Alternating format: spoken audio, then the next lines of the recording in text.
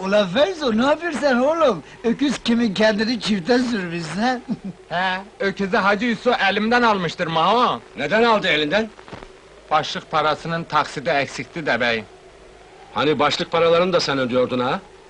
Toprağın var mı? Marabanın toprağı mı olur beyim? Biz Maho ağamızın toprağını işlirik. Kaç para kazanırsın yılda? Para da nedir? Ağamız karnımızı doyuruyor ya. Sahiden doyuyor mu karnınız? Allah ağama zeval vermeye. Kursağımıza giren bir lokma ekmek varsa onu da ağamız veriyor. Ulan gel buraya! Allah belanızı versin! Kullarımın halini soruyorum, iyidir! Bak şu zavallı Ferzu'nun haline! Niye bana haber vermişsin oğlum? Git benim evde 2 tane öküz al! He? 2 tane öküz al! 2 tane öküz mü oğlum?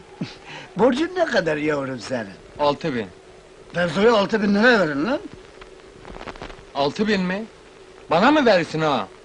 Ağam eğlenir benimle. Ne eğlenmezsin lan hadi!